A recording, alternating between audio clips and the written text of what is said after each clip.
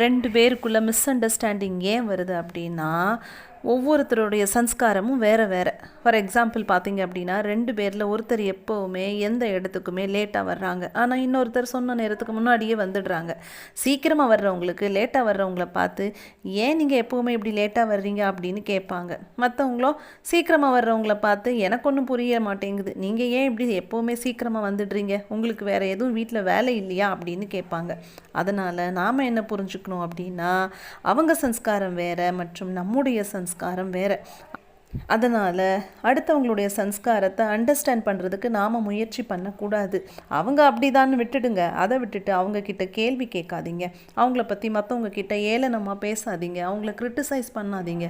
அவங்கள யாரோடவும் கம்பேர் பண்ணாதீங்க. அப்போது நம்மக்கிட்டேருந்து அவங்களுக்கு போகிற நெகட்டிவ் எனர்ஜி ஸ்டாப் ஆகிடும். அதனால் சன்ஸ்காரம் 2 பேருக்கும் வேறு வேறு இருக்கலாமே தவிர ரிலேஷன் நல்ல ஸ்ட்ராங்காக இருக்கும்.